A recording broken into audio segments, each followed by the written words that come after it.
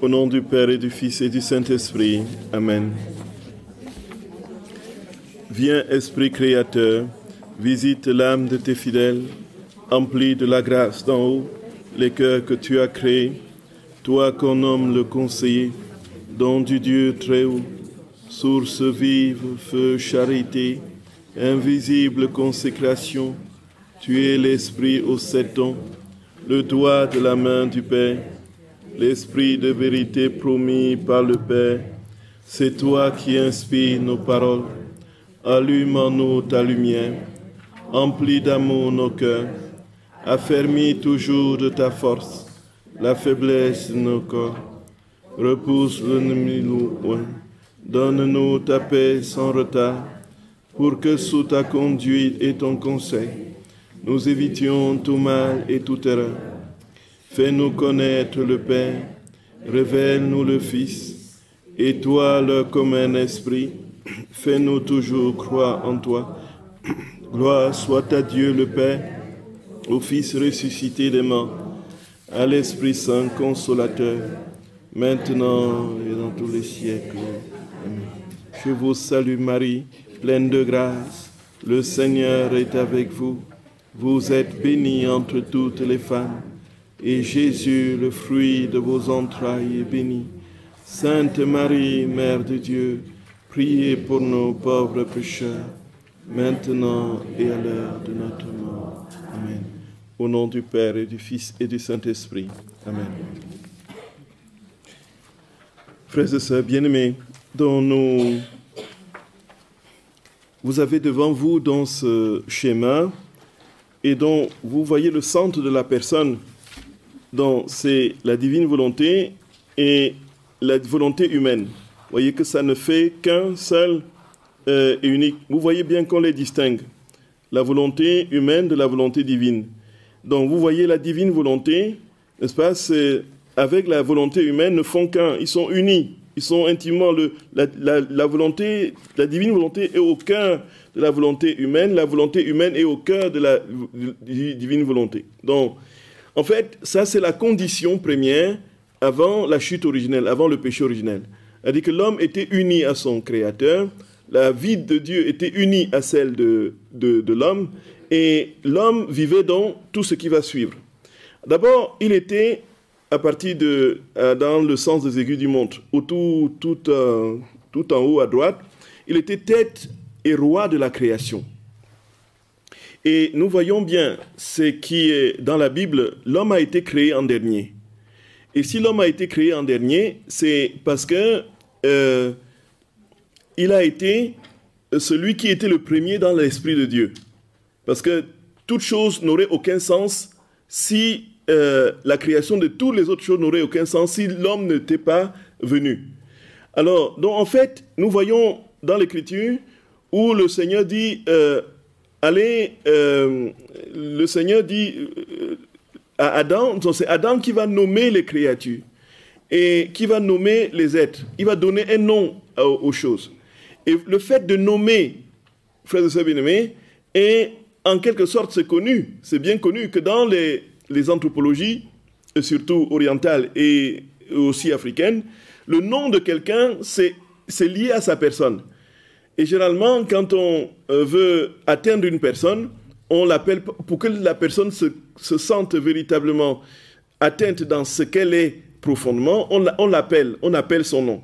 Il y a même certains qui, dans les pratiques de Kimboise, voilà, il suffit juste qu'ils vous appellent, et puis si vous répondez oui, et puis immédiatement il vous atteint. Dans les instances de la personne humaine, ici le nom, le fait de donner un nom à une chose, c'est quelque chose, c'est en quelque sorte lui donner une existence.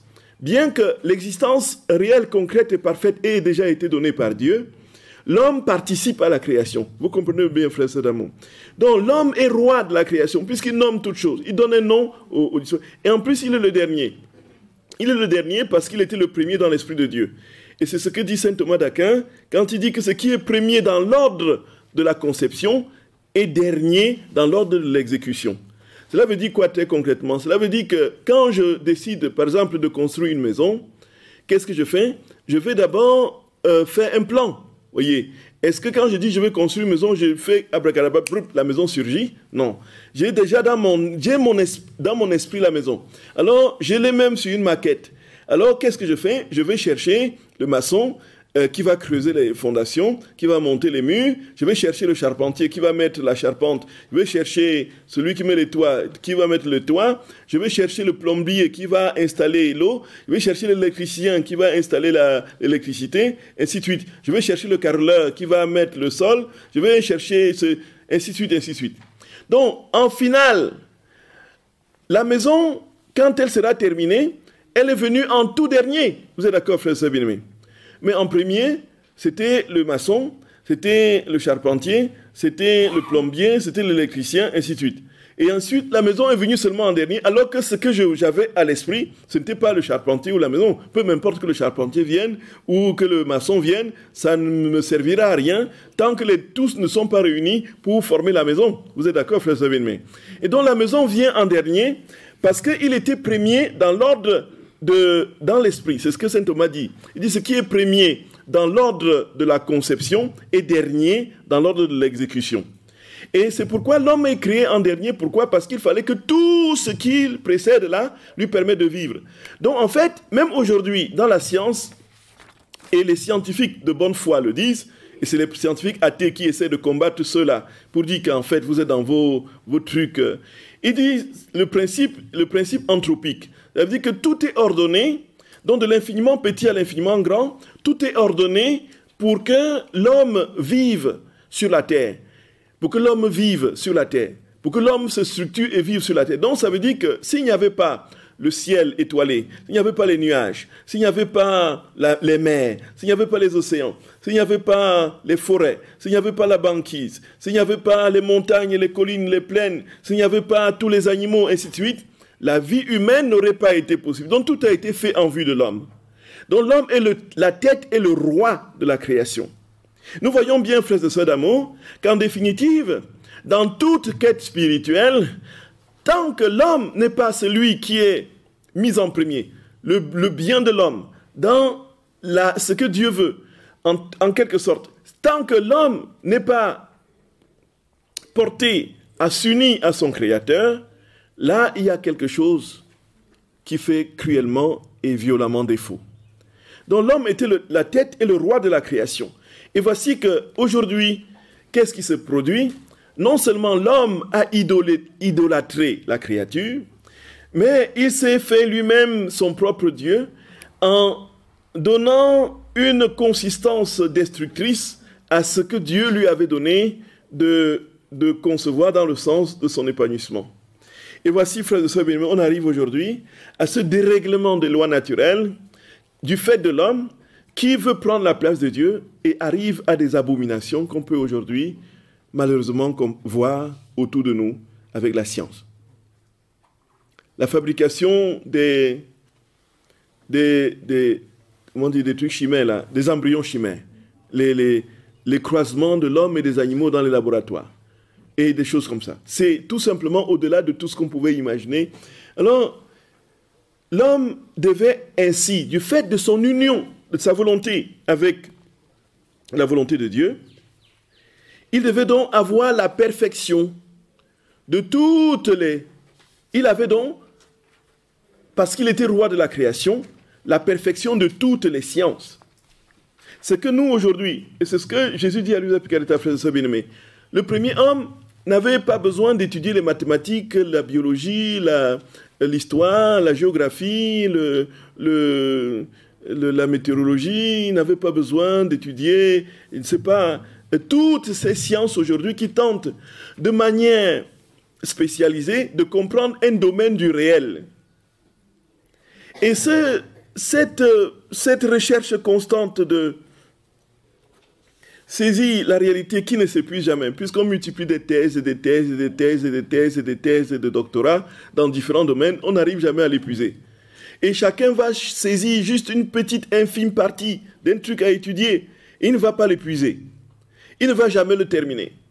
Et ça va toujours aller de... Et puis ce qu'il a découvert aujourd'hui et qui est dit vérité sera défini demain comme mensonge.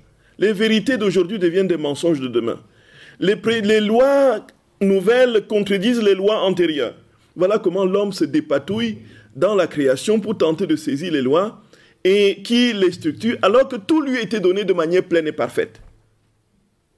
L'homme était capable d'entrer, de connaître, il avait la science parfaite de toutes choses.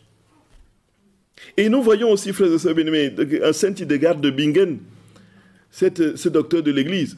Donc, toute petite déjà, elle croyait que c'était le cas de tout le monde, les animaux, et elle connaissait les lois des plantes, les lois, elle voyait une vache et disait combien de veaux est-ce qu'elle a dans le ventre, et ainsi de suite. Alors, les gens se disent, mais où est-ce que tu as vu ça? Effectivement, quand les vaches naissaient, c'était exactement ce qu'elle avait dit. Elle croyait que tout le monde, c'était le cas. Et un peu. Imaginons, multiplions cela à l'infini de manière parfaite. Nous comprendrons ce que c'était, qui était Adam à l'origine. Il était roi de la création, c'est-à-dire que tout lui était dit, peuplez la terre, soumettez-la. Dit Dieu à l'homme, voyez un peu. Allez, multipliez-vous.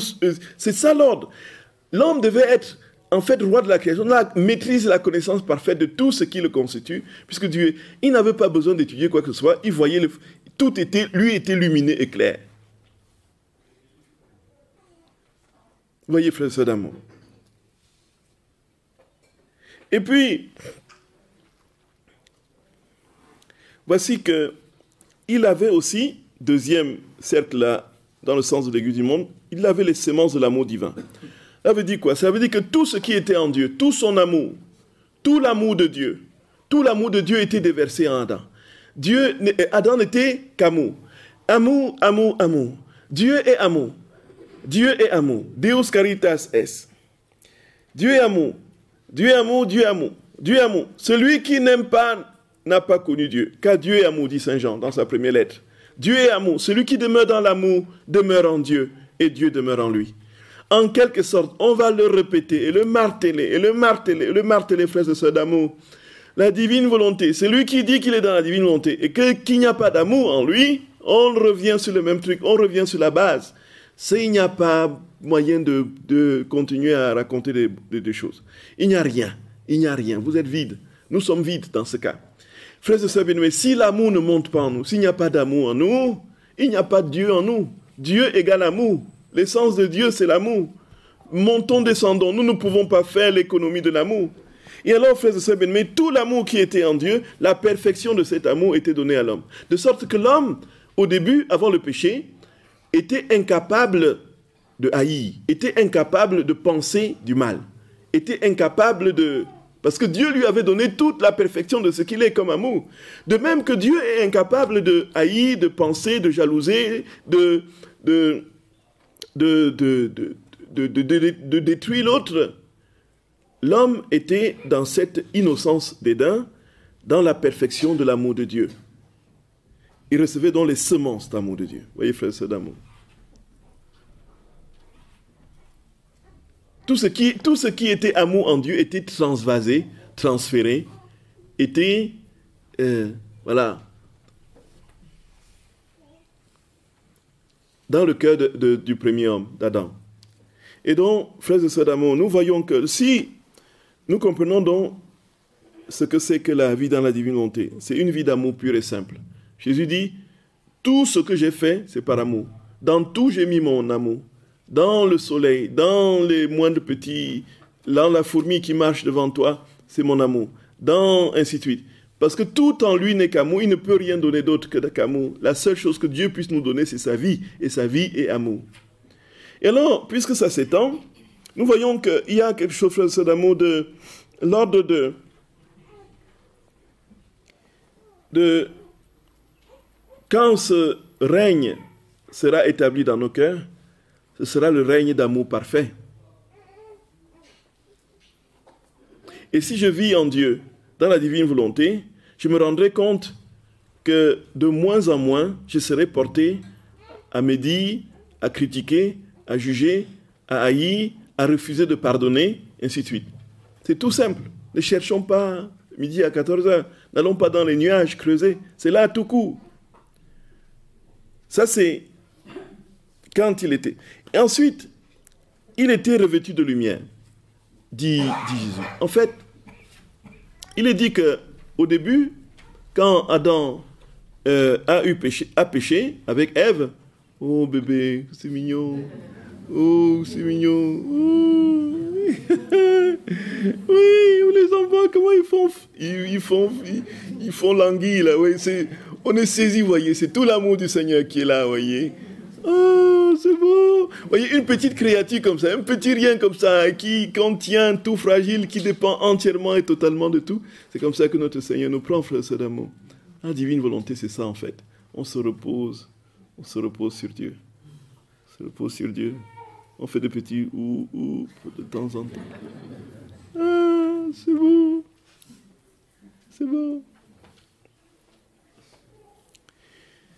Il est dit que lorsque Adam eut péché, il fut renvoyé du paradis.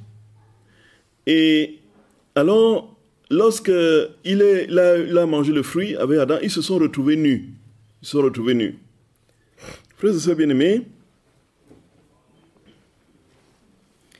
la nudité ici est de l'ordre de la conscience profonde de sa pauvreté, sa misère. Bon, déjà, il faut dire une chose.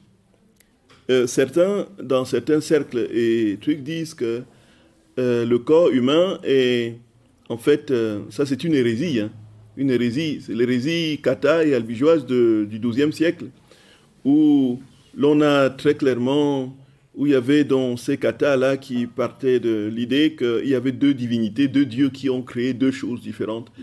Donc l'un qui a créé, le Dieu bon, qui a créé tout ce qui est de la sphère, de l'esprit, de l'âme, donc de tout ce qui est intelligence et ainsi de suite, de l'âme, de tout ce qui est invisible et terrestre, et le mauvais Dieu qui a créé la matière. Donc le monde, qui a créé le corps humain, qui a créé... Donc ils disent qu'il y avait donc ces deux dieux qui l'un créait son truc, et puis ensuite il y a eu la matière est venue prendre possession. Justement, le mauvais Dieu a pris possession de l'esprit, et ce qui fait que nous avons un corps, un esprit. Or, le corps est mauvais, et l'esprit seul est bon. Et donc, il faut tout faire pour ne pas perpétuer le corps. Donc, dans ces hérésies que Saint Dominique a fortement combattu en son temps, au Moyen-Âge, il ne fallait même plus se marier, parce qu'en se mariant, on multipliait les corps. Donc, il y avait un encouragement profond à la détérioration du corps, où on jeûnait, il pratiquait des grandes pénitences pour se libérer du corps, comme un fardeau. Frères et sœurs bien-aimés, ce n'est pas la vision chrétienne, ce n'est pas l'anthropologie chrétienne. Nous sommes créés à l'image et à la ressemblance de Dieu. Et puis Jésus est venu sur la terre, il a pris un corps, il avait un corps humain. Et si c'était quelque chose de mauvais et quelque chose d'absolument vil, et il n'aurait pas assumé le corps. Et voici, en même temps, quand on regarde dans le livre de la Genèse, la création, Dieu a créé le corps, frères et bien-aimés, Dieu a créé l'homme et la femme avant le péché originel, vous êtes d'accord? Dieu a créé l'homme et la femme avant le péché. Donc si c'était une mauvaise chose, il n'aurait pas créé une mauvaise chose. Voyez un peu. Donc notre corps est appelé à la glorification. De toutes les façons, nous croyons, et nous le confessons dans le credo, je crois en la résurrection de la chair et à la vie éternelle. Nos corps seront glorifiés. Et voici, frères et sœurs bien-aimés, que Adam, quand il était dans le jardin, il était dans une condition de communion avec Dieu telle que tout ce qui l'entourait, c'était la lumière de Dieu. Tout ce qui le revêtait, c'était la lumière de Dieu. Donc, il n'était pas nu au sens où il n'avait pas d'habit. Ce n'est pas de ça qu'il s'agit. Jésus dit, certains disent que, en fait, Adam, quand il a été créé, il était nu. Non, non. Comment pouvait-il être nu tant qu'il était en Dieu, qui est lumière parfaite? Donc son habit était un habit de lumière et de gloire. Oui, frère et sœur d'amour. Puisque c'était l'habit de la divinité qu'il avait en partage avec Dieu. Et quand Jésus va monter au Tabor, qu'est-ce qui va se passer? Son habit sera complètement resplendissant de lumière. Nous sommes d'accord? Le Seigneur le dit. Et ces resplendissements de lumière qui va jaillir et couvrir notre Seigneur, c'est sa divinité. Alors quand Adam va pécher, il va se retrouver nu. Pourquoi? Parce qu'il n'y a plus ce vêtement de lumière. Il va être coupé de la divinité. Donc, Adam était recouvert de la lumière de Dieu. Et ce qui fait que, frères et sœurs d'amour, nous croyons de tout notre cœur, et ça, c'est l'Église le dit dans les sacrements, quand nous sommes baptisés, nous recevons le Saint-Esprit. Le Saint-Esprit en nous, qui est esprit sanctificateur, introduit en nous la vie de Dieu. Et avec son action, par le biais de la grâce sanctifiante, chaque jour nous devenons toujours plus semblables à Dieu au fur et à mesure que nous laissons son amour couler dans notre cœur. Et donc nous devenons toujours plus lumière. Toujours plus lumière, toujours plus lumière, toujours plus lumière. Et lorsque nous paraissons devant le Seigneur, si nous avons en plus posé des actes de toute notre vie dans la vie de Dieu, et que c'est lui qui les posé en nous, ces lumières deviennent des soleils, et nous retrouvons dans l'éclat premier. Et c'est quelque chose, frères et sœurs bien-aimés, de l'ordre de l'invisible. Et nous portons cette lumière. Jésus dit, vous êtes le sel de la terre, vous êtes la lumière du monde. Et donc, Jésus dit que Adam, dont nous allons retrouver cet habit de lumière dans la plénitude de cette vie. Et il s'ensuit que si nous sommes, frères et sœurs d'amour, intimement et profondément unis à notre très saint Seigneur, voici qui nous communique sa propre vie. Qu'est-ce qui s'est passé avec Adam? Quand Adam a eu péché, Gloria, il s'est coupé de cette vie, de cette divine volonté, il s'est coupé de cette lumière, et il s'est retrouvé malheureux, pauvre, dont la nudité est ici davantage au sens justement de cette conscience chronique de son néant, de son incapacité. Tout ce qu'il faisait désormais, dit Jésus, était, il essayait, il avait pitié de cet homme-là qui, il y a quelque temps avant, nageait dans les prérogatives de Dieu et qui maintenant, pour bouger un doigt, devait faire tellement d'efforts et devait aller en se traînant dans une lourdeur et il était complètement anéanti. Alors qu'il était revêtu de l'habit de lumière. Voyez, frères et sœurs bien-aimés,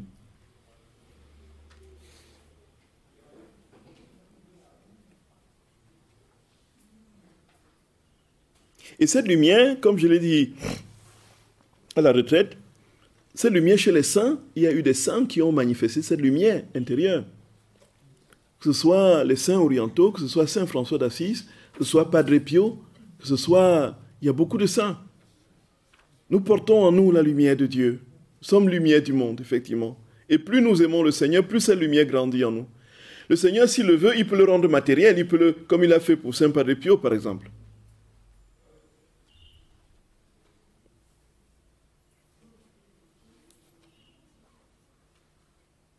Padre Pio qui après avoir communié, je raconte toujours ça, pardonnez-moi, hein, je ne sais pas prendre un autre exemple, après avoir communié, quand il avait fini de communier, après avoir célébré sa messe et communié, à un moment donné, il commençait à éclairer les gens. Il devenait une ampoule. Une ampoule. C'est-à-dire que c'est comme s'il était éclairé de l'intérieur. Et la lumière sortait de lui, de sorte que il y avait un évêque à côté, il y avait des évêques, parfois un évêque à côté, des prêtres, et puis des gens, tout le monde le voyait. Tout le monde le voyait. C'est la transfiguration. C'est en nous. C'est en nous. C'est lumière en nous. On pouvait même lire son bréviaire auprès de Padre Pio. Vous voyez? Et j'ai dit toujours que... je dis toujours que si on était vraiment unis au Seigneur, c'est une manière de blaguer, on ferait faire faillite à toutes les compagnies d'électricité et tout ça.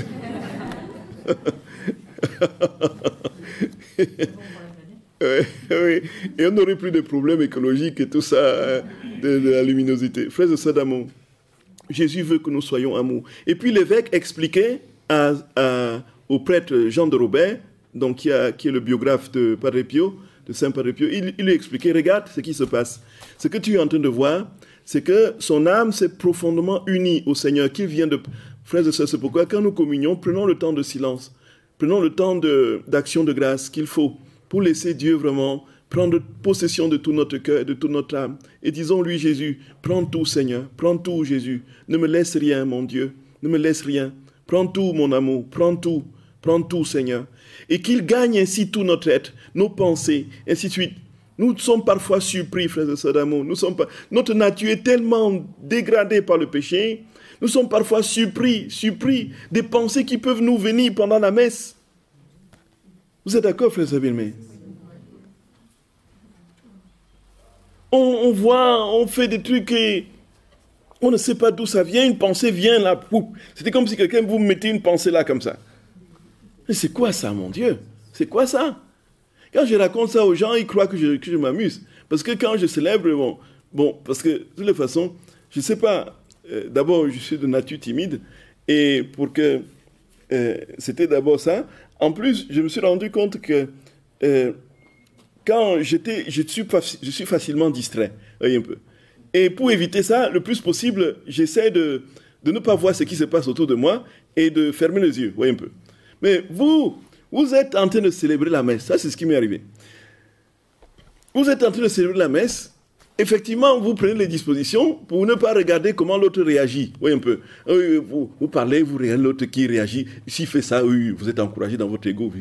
Oui, d'accord. Vous voyez l'autre qui fait ça, vous êtes complètement anéanti. Qu'est-ce qui fait qu'il fait ça et tout ça? Dis bon, faites tout ce que vous voulez. Faites tous les gestes que vous voulez. Je ne vous regarde pas. Faites tout.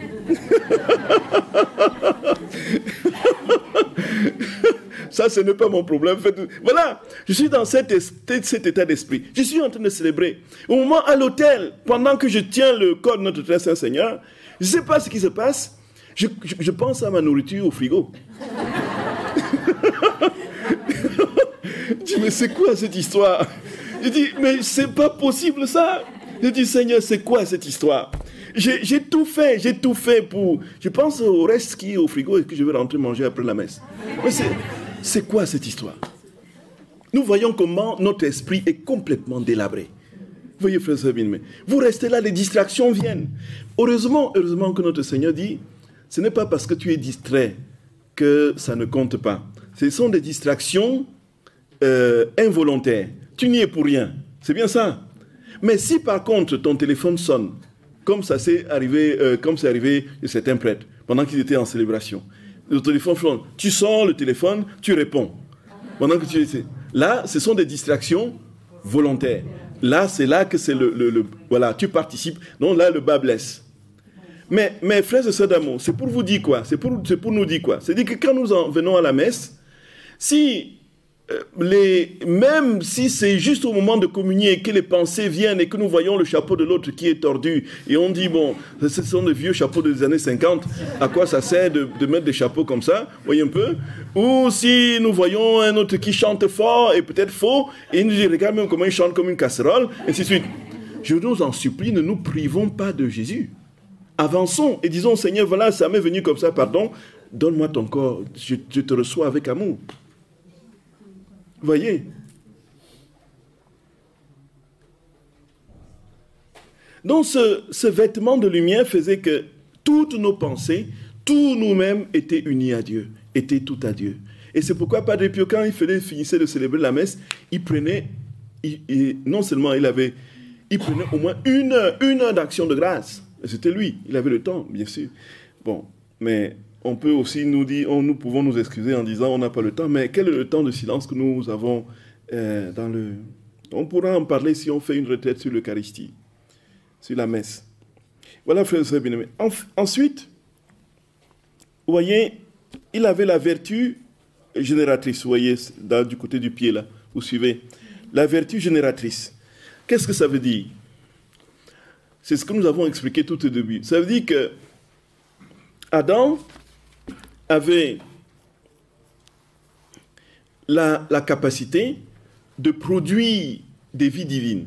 Ça veut dire quoi? Ça veut dire que tout, puisque Dieu l'habitait tellement, Dieu était tellement en lui, que tout ce qui sortait de lui, c'était Dieu qui sortait de lui. Voyez un peu. Toutes ces actions, quand il soulevait la main, c'est Dieu qui sortait de la main. Quand il soulevait le pied, c'est Dieu qui sortait du pied. Quand il soulevait, nous imaginons un insecte, je ne sais pas, un insecte que vous mettez dans l'eau, l'insecte va se débattre dans l'eau, c'est bien ça. qu'est-ce qui va sortir de tout ce que l'insecte va faire? C'est-à-dire, il est dans l'eau, noyé complètement, il fait des trucs comme ça, il bouge dans l'eau. Qu'est-ce qui va sortir de tous ces efforts? Qu'est-ce qui sortira de tous ces efforts? Oui, il est noyé, de toutes les façons. Il est noyé. Quand il fait toutes sortes de mouvements, qu'est-ce qui sort de ces mouvements?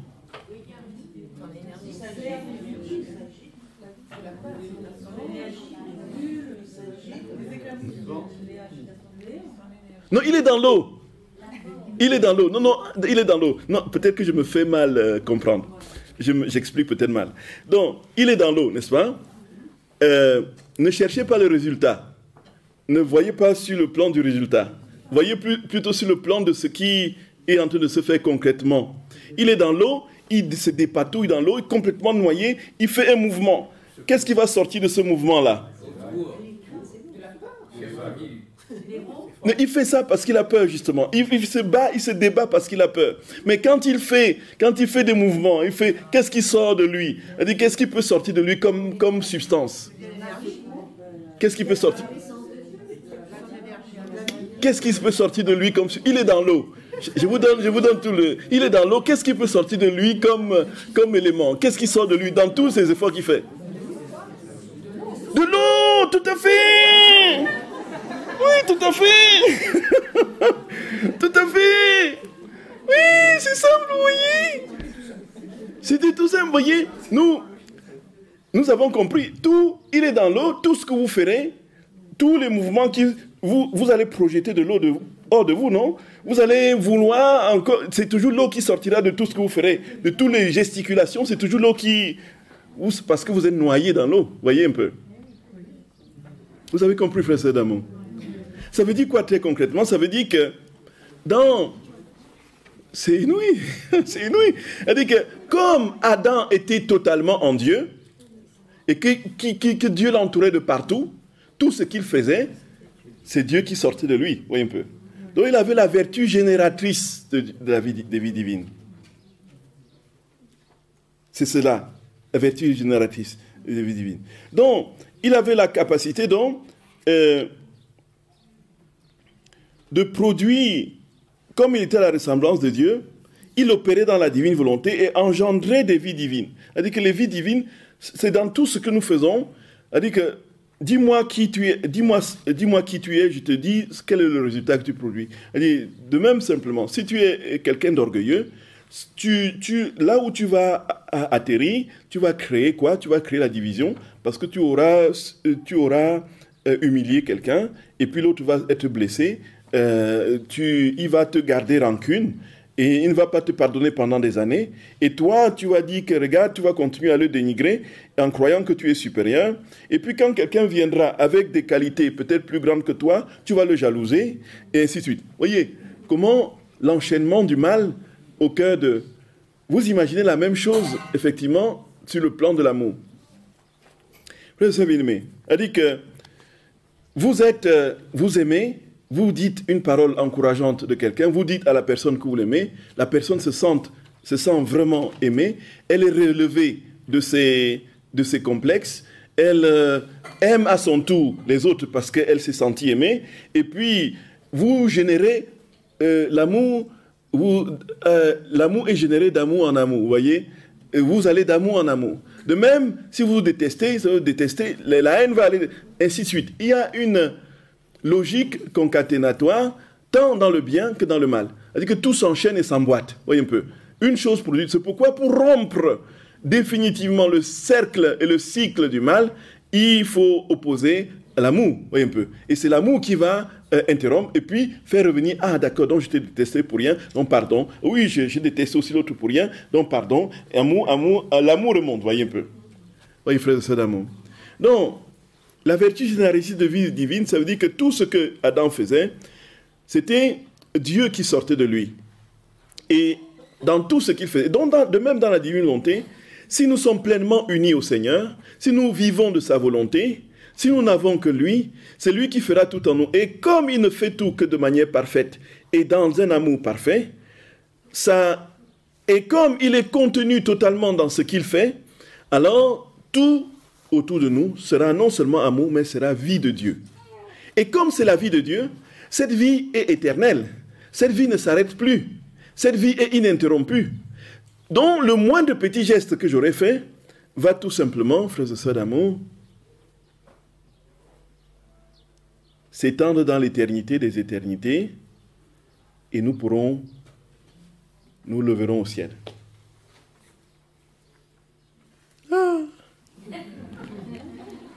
C'est incroyable, c'est incroyable. Je m'émerveille toujours, frères et sœurs d'amour.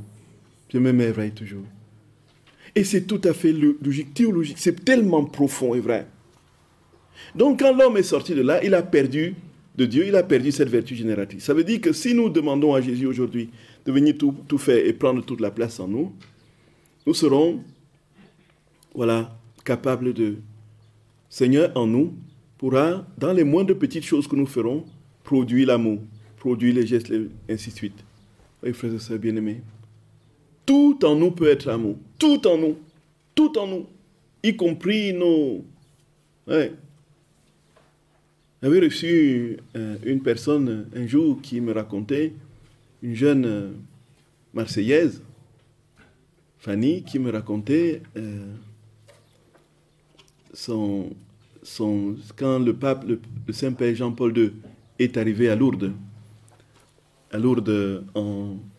la dernière visite qu'il a eue à Lourdes, là, il était bien malade, là.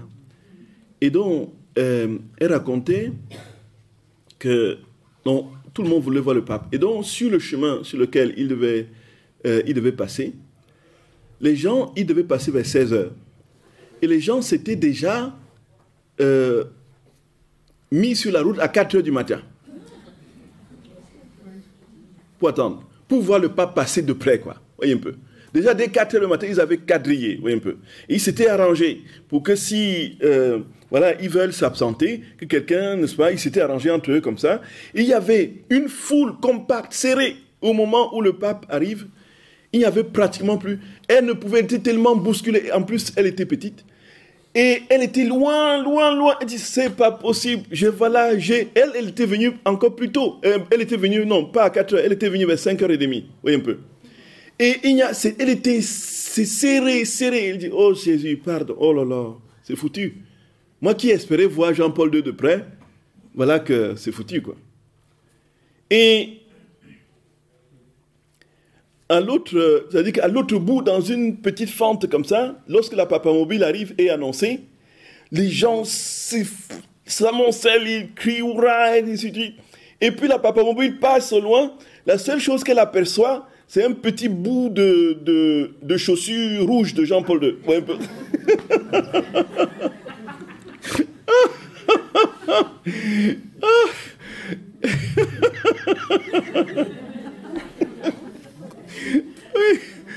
Un petit bout de chaussure rouge de Jean-Paul II. Et là, elle a fondu en larmes. Elle ne sait pas ce qu'il a pris. Elle s'est mise à sangloter. C'était profond. Et un amour, une joie profonde. Elle s'est mise à pleurer. Et ça ne s'est pas arrêté là. Des jours et des jours. Et elle avait tellement de problèmes, d'angoisse et d'anxiété. Elle a été guérie. Des jours après, elle était guérie complètement, en apercevant seulement le bout de chaussure rouge de Jean-Paul. Voyez, frère, c'est bien aimé. Voyez, c'est incroyable. C'est incroyable. Vous vous rendez compte? Vous vous rendez compte? Frères et sœurs bien-aimés, vous vous rendez compte? C'est-à-dire que nous pouvons imprégner, c'est le principe des reliques. On dit que les vêtements qui avaient touché Pierre et Paul dans les Actes des Apôtres, n'est-ce pas, guérissaient les malades. C'est le principe des reliques. Donc, la vie de Dieu qui est tellement imprégnée dans tout ce que nous avons. Nous sommes là simplement au niveau des reliques. Hein. Il y a aussi l'histoire du curé d'Ars que je raconte souvent. Vous avez certainement déjà entendu parler, pardonnez-moi, vous avez entendu parler de l'histoire du cœur du curé d'Ars? Vous avez entendu parler? Ah oui, d'accord. Ah oui, tout à fait. Donc, c'est un... Qui n'a pas encore entendu parler? Donc, c'est plus simple. Ah oui, d'accord, oui, tout à fait. Oui, donc, je raconte pour vous, alors. je n'ai pas beaucoup d'histoire dans ma besace. Et donc, je ressors le même truc. Et non, c'est vraiment quand on arrive à toute la Bible est claire. Toute la Bible est lumineuse. Lumineuse. Il est dit, la femme hémorroïde, n'est-ce pas, elle touche le vêtement de Jésus et puis elle est guérie, non? N'est-ce pas, on dit dans les Actes des Apôtres que les vêtements qui avaient touché son corps, les corps des apôtres guérissaient les malades. Et c'est pour dire quoi? Je voulais illustrer cette partie. C'est-à-dire que cette partie de ce que nous étions avant le péché, capable de laisser Dieu à notre passage. C'est le saint curé d'Ars d'ailleurs qui dit, là où les saints passent, Dieu passe avec eux. Là où les saints passent, Dieu passe avec eux. Et donc, il y a, frères et sœurs d'amour, le curé d'Ars lui-même était tellement versé dans le Seigneur. Et donc, il y a eu l'année qu'avait décrété le pape Benoît XVI, l'année des prêtres, je crois que c'était en 2000, pour le 150e anniversaire de la mort du saint curé d'Ars. Donc, un évêque américain est venu à Ars, il a demandé si on pouvait lui prêter le cœur du curé d'Ars qui est dans la petite chapelle du curé d'Ars, là, le petit cœur du curé d'Ars, le cœur physique qu'on a sorti, Et puis, il voulait tout simplement aller dans sa cathédrale, essayer de faire un temps de prière avec les fidèles au cours de la messe de semaine. Il n'avait rien prévu de particulier. Donc, il voulait juste pour cela que ces fidèles de sa cathédrale, donc en semaine, viennent vénérer le cœur du curé d'Ars. Il veut le retourner après. Alors, il a célébré la messe avec 2 ou 3 prêtres qui étaient avec lui, et il a exposé donc le cœur du curé d'Ars sur l'autel, et les quelques fidèles qui étaient là, ils ont commencé la vénération. Et puis, un fidèle est allé voir un prêtre pour lui demander, est-ce que tu peux me confesser? Alors, il s'est mis de côté, un autre est allé voir un autre prêtre, les 3 autres prêtres étaient déjà pris, et ils se sont positionnés pour se confesser. Et puis, les gens, la cathédrale était largement vide, il y avait quelques fidèles. Et puis, les gens qui passaient, regardaient qu'est-ce qui se passe là, ils entraient, ils voyaient les gens qui se confessaient, ils s'alignaient aussi pour se confesser. Et puis, ça a continué comme ça toute la soirée. Toute la soirée. La messe était à 10h du matin. C'est toute la journée, toute la soirée. La cathédrale ne désemplissait plus. Les gens passaient, ils regardaient ce qui s'est passé, ils voyaient les gens qui s'alignaient, ils s'alignaient aussi pour se confesser. Il n'y avait plus de prêtres pour se confesser. Et donc, l'évêque a été obligé d'envoyer un message à tous les prêtres de son diocèse, de tout laisser, de venir à la cathédrale pour la confession. La confession, je vous assure, a duré jusqu'au matin. Des centaines et des centaines de personnes sont convaincus. Le cœur du curé d'Ars était là et produisait exactement ce qu'il faisait quand il était sur la terre.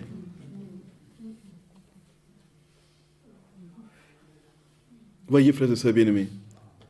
Donc, en fait, frères et sœurs d'amour, nous nous rendons bien compte, très concrètement, dans nos vies ordinaires, habituelles. Qu'est-ce qui se passe? Nous voyons bien qu'il y a des personnes qui, quand ils vous approchent, vous sentez l'amour qui jaillit, n'est-ce pas? Il y a d'autres qui, quand ils vous approchent, vous sentez la tension, n'est-ce pas? Mais qu'est-ce qui explique cela? C'est tout simplement que soit nous sommes pleinement remplis d'amour, soit nous sommes remplis de tension, de mal. Nous communiquons ce que nous avons à l'intérieur de nous, n'est-ce pas? C'est la même chose. Et donc, nous aurons à un niveau parfait cette capacité de générer des vies divines, y compris dans les moindres petites choses que nous faisons. C'est absolument inouï. C'est absolument inouï.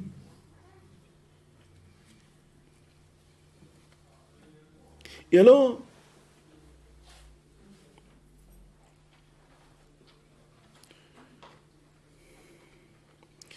ces vies divines que nous produisons deviennent comme des cieux et des soleils divins, voyez, qui nous entourent, dont les cieux et soleils divins, c'est dans la conséquence de la vertu génératrice des vies de Dieu. C'est-à-dire que nous sommes entourés de notre robe du baptême. C'est-à-dire que quand nous sommes au ciel, effectivement, nous n'avons plus les rides, hein. Nous n'avons plus... au ciel, il n'y aura plus les arthroses, hein.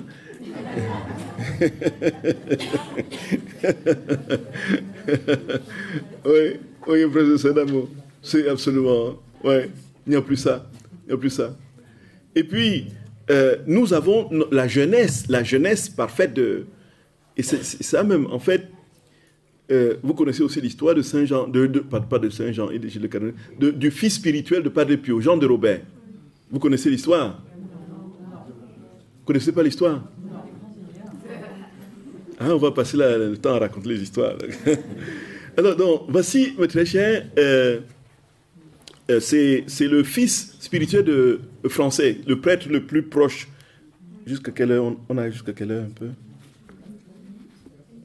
Donc, voilà, donc on va terminer d'abord avant de raconter l'histoire, si on trouve du temps. Donc, les cieux et le soleil, parce qu'on finit à 11h à la demi, non? Oui, tout à fait. Donc, les cieux et le soleil divin, et puis ensuite, dans la plénitude de la vie de Dieu, c'est là où nous avons commencé, par la communion de la vie de Dieu avec la volonté de Dieu, avec la volonté humaine. Vous avez vu ça?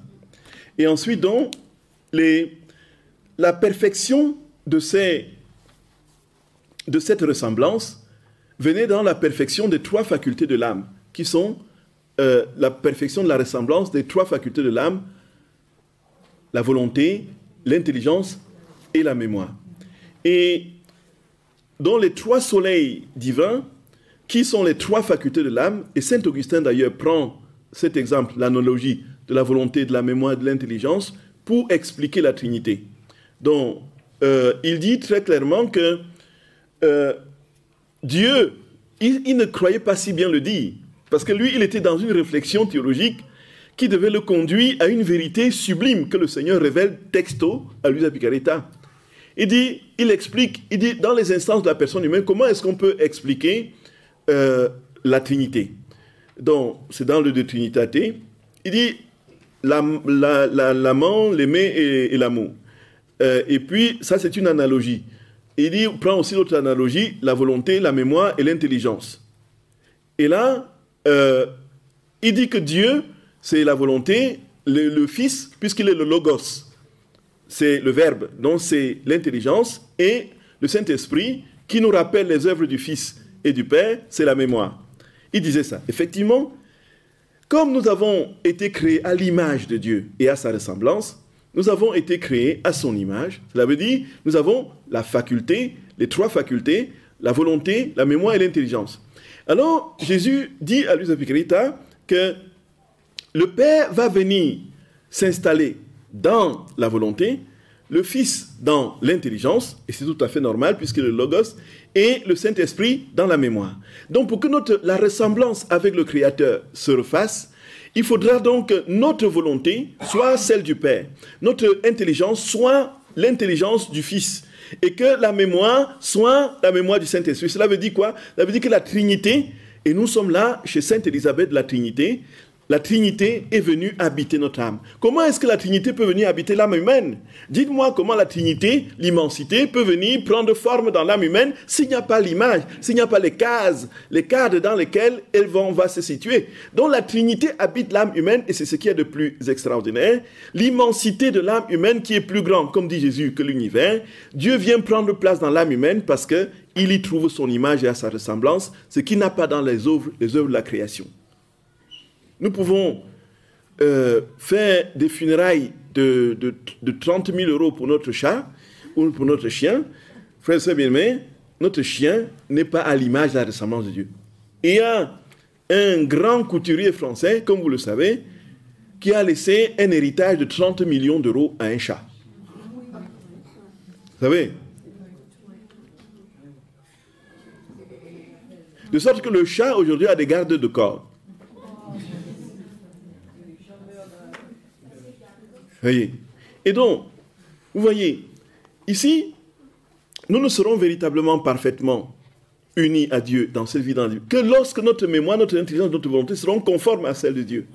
Cela veut dire quoi, très concrètement? Que lorsque cette vie adviendra en nous, lorsque Dieu, dans l'union transformante qui réalise par sa divine volonté en nous, adviendra, nous serons véritablement à l'image de la Trinité. La Trinité va se mouvoir dans l'âme humaine. Et nous comprenons qu'il n'y a rien donc de nouveau. Quand on lit Frère de Sainte Élisabeth de la Trinité, c'est inouï, c'est inouï, c'est inouï. On pourrait faire une retraite sur Sainte Élisabeth de la Trinité et vous verrez Luisa Picaretta devant vous. Tous les ans. Sauf que ici, Luisa Picaretta, le Seigneur dit, je te donne toutes les lumières intellectuelles, des vérités sur cette réalité de l'inhabitation de la Trinité dans l'âme, et je te donne en même temps le don. Et à partir de là, tout le monde peut dire, maintenant Trinité, viens habiter en moi, Trinité, viens vivre ta vie en moi, Trinité, viens te déployer et te mouvoir en moi, et c'est comme ça que nous redevenons ce que nous étions et ce que nous avions perdu. Nous revenons à la case départ. Vous voyez, frères et sœurs d'amour, c'est inouï. C'est inouï. C'est inouï. Ah, c'est fou. C'est fou, frères et sœurs d'amour. C'est fou. Alors, donc, je raconte l'histoire, pour terminer, donc, qui parle donc de cette... Donc, nous sommes lumière, et la lumière ne connaît pas de vieillissement. La lumière ne connaît pas de décrépitude. Voyez, le soleil jamais ne s'éteint. On avait pensé que le soleil se couchait, donc s'éteignait, et puis se relevait le matin pour éclairer. Il n'y a pas un seul moment où le soleil s'éteint. Voyez, frères et sœurs d'amour. Et donc, de même que nous sommes aujourd'hui en Dieu, lorsque nous serons en lui parfaitement, comme ceux les bienheureux au ciel, quand nous serons au ciel, il n'y a pas d'âge. Nous sommes au ciel, tous sont transfigurés de part en part par le soleil divin, par le divin soleil. Et donc, il n'y a plus de magasin pour les crèmes anti-rides. Vous voyez un peu. Il n'y a plus de cosmétiques, rien. Ça dit que vous êtes rajeunis par la vie de Dieu. Et voici, frères et sœurs bien-aimés, ce que je vous raconte, c'est un témoignage qu'a fait Jean de Robert. Jean de Robert était le fils spirituel de Padre Pio, un prêtre français, qui est celui qui a le plus écrit sur Padre Pio et qui a laissé un large pan d'écrits sur son itinéraire intérieur. Et c'est le seul d'ailleurs qui a pu retracer l'itinéraire intérieur de Padre Pio, sa vie spirituelle, ses combats intérieurs, dans un immense et gros volume de plus de 900 pages qui est intitulé « Transparent de Dieu ». Et voici qu'il raconte que quand il était jeune, il était jeune séminariste à Rome, lorsque sa mère à Annecy, pendant les vacances, lui dit qu'il y a un prêtre, en fait, apparemment il y a un prêtre en Italie, là, du côté de Pouille, là, qui apparemment lit dans les consciences, qui connaît tes péchés avant que tu les racontes, qui fait des prodiges, et les gens viennent le voir de partout. Et lui qui était archi-cartésien sceptique, va dire, mais tout ça, mettez-moi tout ça de côté. Et puis sa mère dit, quand même, il y a son ami, l'ami de sa mère, qui lui dit, voilà, il faut, s'il te plaît, si tu vas en Italie, tu peux lui porter cette lettre. Et puis, sa mère dit quand même, oui, il faut quand même aller. Et lui, par obéissance à sa mère et à son corps défendant, quand il arrive à Rome, il décide donc d'aller à San Giovanni Rotondo. Alors, mais il y va en traînant les pieds. Et c'est lourd, il a des combats terribles. C'est horrible. Il entre dans le train qui démarre, et il reste là, dans un grand compartiment. Il n'y a personne autour de lui. Il regarde à gauche, à droite. Il n'y a personne devant, derrière. Il n'y a personne. Il est seul dans le compartiment. Et puis, je le raconte parce que ça a été déposé pour le procès de béatification. Donc, c'est en église, c'est inscrit, noir sur blanc. Et puis, il regarde en arrière. Il voit les gens viennent dans le compartiment, ils regardent à gauche, à droite, ils repartent. Il dit, mais qu'est-ce qui se passe? Il était troublé. Et les gens sont amassés dans les couloirs, un peu. Alors que tout le compartiment est vide, il est seul dans le compartiment. Il ne comprend absolument rien. Alors il arrive à Foggia, il dit, cette histoire, je ne veux plus, ça ne va pas continuer comme ça. Il arrive donc à une intersection, donc à un arrêt.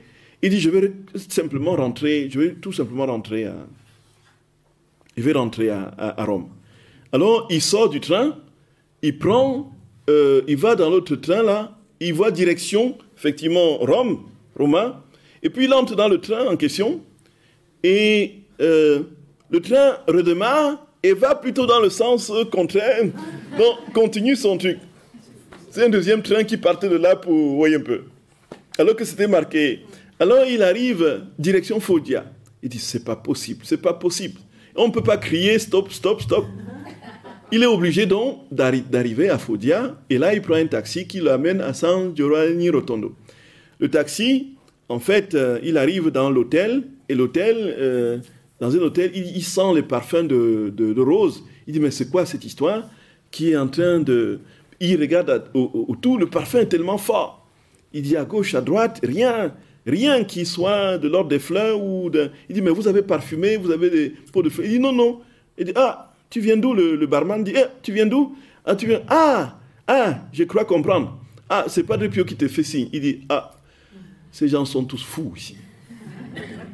Et voilà que le matin, un garçon lui dit, bon, je vais t'aider à trouver Padre Pio. Bon, Padre Pio venait de terminer sa messe. Et donc, le garçon l'aide à... au lieu de fendre la foule au milieu, qui était compacte, qui était agglutinée, qui voulait toucher Padre Pio quand il devait finir son action de grâce, alors il va prendre plutôt, raser les murs comme ça, il va arriver devant Padre Pio et voit un frère capucin et lui dit, voilà, je veux voir Padre Pio et tout ça. Et puis, il se met, tout près de Padre Pio, qui était en action de grâce, qui se mouche de temps en temps, qui de temps en temps soulève la main comme ça, et qui recherche le chapelet, ainsi de suite. Ah, mon Jésus. Ah, frères et sœurs d'amour, aimons Jésus, vous comprenez? Aimons Jésus. Aimons le Seigneur. Aimons le Seigneur. Aimons le Seigneur, notre Dieu. Et alors, il dit, ah, c'est celui-là? Le qu'on appelle Padre Pio, là? C'est bizarre. Et il le regarde comme ça. Et puis, il se lève. Le frère capucin s'avance vers lui et dit, Padre, il y a un prêtre français qui veut te voir. Il dit, non, non, non, non, il n'est pas encore prêtre, juste un séminariste. Juste un séminariste. Juste un séminariste. Et puis, il se lève, il marche, et puis les gens qui s'agglutinent autour de lui, tout le monde veut embrasser sa main, et tout, il enlève sa main, et puis il arrive devant tout le monde se met à genoux, il dit, ah, mettons-nous à genoux avant qu'il se fait... Et puis, il arrive devant Jean de Robert, il le fixe, il met sa main sur la tête, il le bénit, il le tient, il le met contre sa poitrine comme ça. Les gens regardent, ils disent, c'est pas possible. Quel chanceux, quel vénard. Qu'est-ce qui fait que Padre Pio lui prête une telle attention? Et puis lui qui était dans ses combats intérieurs et très sceptique, il dit... Et il se dit en lui, en plus même, il se parfume un peu. Et puis il dit, je vais te voir demain, après la messe. Le lendemain arrive, il reçoit Jean de Robert en confession. Il lui dit, alors, qu'est-ce que tu as fait? Qu'est-ce que tu as fait? Alors Jean de Robert, qui est complètement, voilà, il commence à réciter ses péchés. Il dit, non, ceux-là, tu les as déjà confessés, c'est déjà pardonné. Il dit, qu'est-ce que tu as fait? Il repart plus loin encore, il commence à raconter tout le... Il dit, non, non, ceux-là, c'est déjà terminé. Pour le Seigneur, ça n'existe plus. Tu les as déjà confessés, c'est bon. Il dit, dis-moi qu'est-ce que tu as fait. Dis, qu'est-ce que tu as fait? Et il dit, Padre, je sais plus. Il dit, rappelle-toi, quand tu avais 17 ans, dans les rues de Marseille, avec tes copains, vous étiez 12. Il cite le nom de tous les copains avec qui. La nuit, tout le vacarme, toutes les bêtises que vous avez fait cette nuit, ça a fait terriblement mal au cœur de Jésus. Tu n'as jamais confessé ça. Il dit oui. Il a cité les noms de tous ces copains-là. Quand il avait 17 ans. Il lui donne l'absolution. Il dit, bon, est-ce que tu crois en ton ange gardien, l'ange gardien? Il fait ça. Et Padre Pio, bourru qu'il était, il lui assène 2 paires monumentales de gifles. Bon. Quoi? Bon. Tu ne crois pas en l'ange gardien? Tu ne crois pas en ton ange gardien? Regarde, il est là derrière toi, il est tout beau. Alors il se retourne, il ne voit absolument rien. Et quand il revient, ce qu'il voit dans les yeux, il voit le reflet de l'ange dans les yeux de Padre Pio. Voyez un peu. Donc, en fait, il était incapable de le voir, mais pas depuis le voyait. Voyez un peu ça. Et puis, il dit, bon, il faut revenir le lendemain. Il dit, non, padre, je vais partir. Il dit, non, non, ta mère t'a dit de rester 3 jours.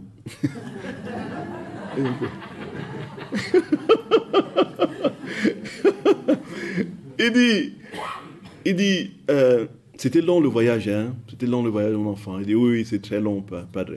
Donc, il avait, au lieu de mettre, quoi, il devait, comme les trains étaient compliqués, les gens voyageaient avec, c'était train à vapeur, c'était lent et tout ça.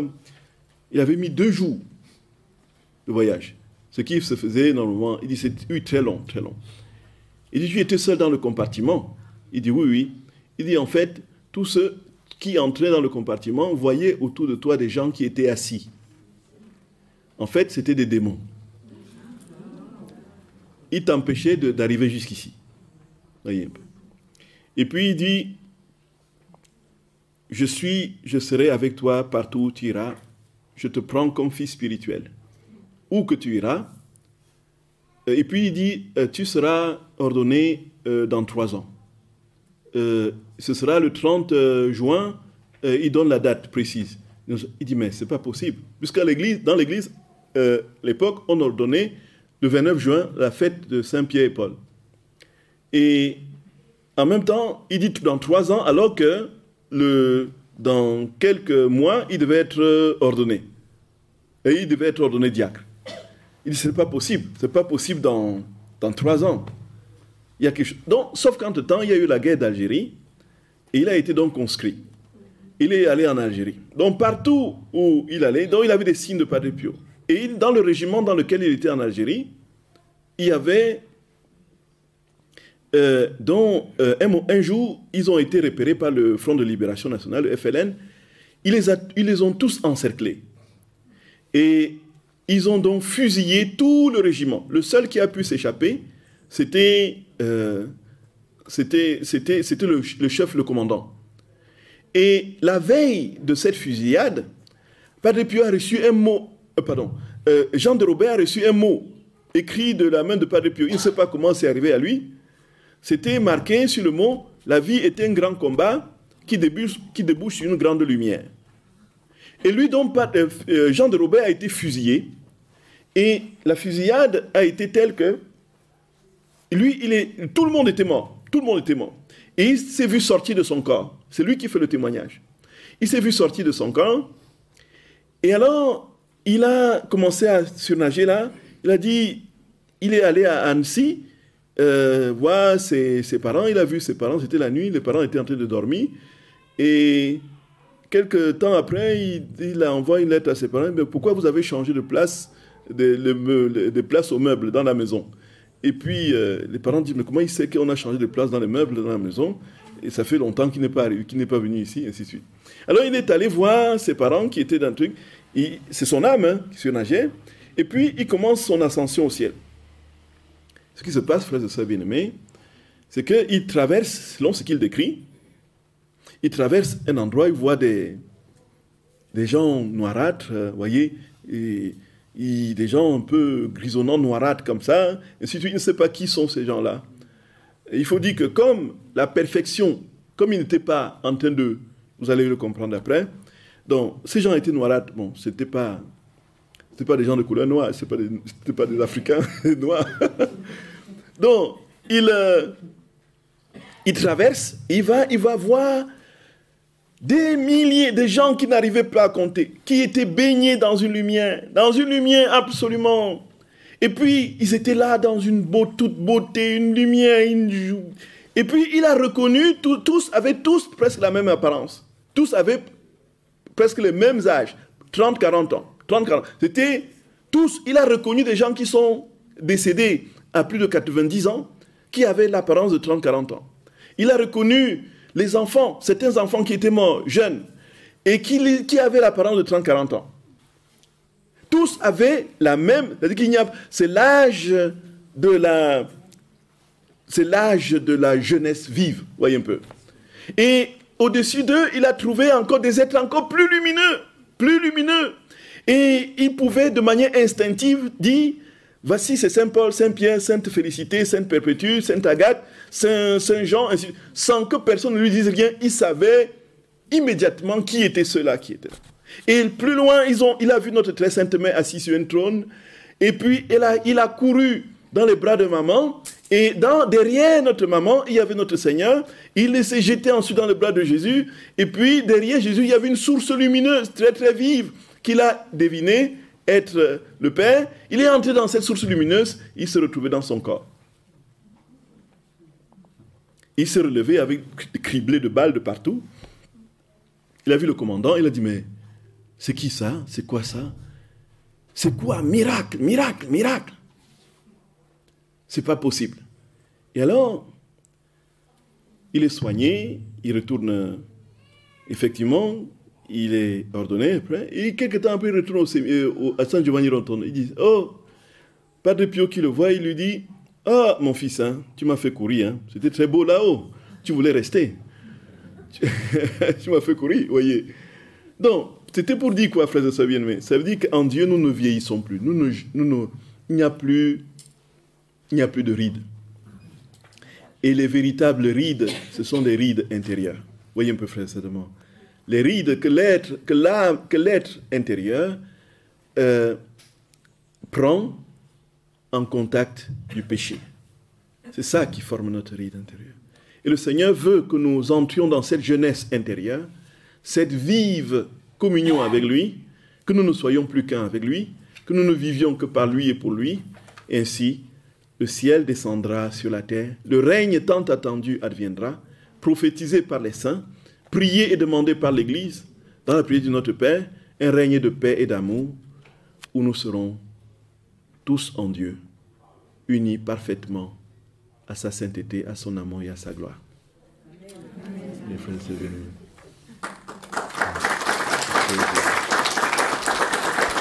remercions le Seigneur. Voilà.